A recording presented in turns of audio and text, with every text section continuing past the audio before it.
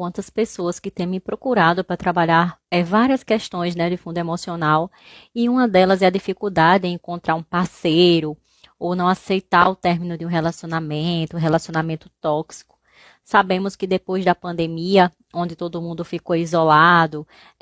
mudou a forma de ler as emoções do outro, a convivência é, com as pessoas dentro de casa, algumas sem poder trabalhar, outras trabalhando em casa da forma que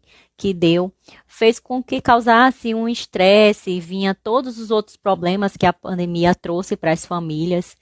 E terapia de casal veio porque foi problema de pessoas, né, a aumentar mais a procura. Então, se você está passando por algum problema que você não consegue entender,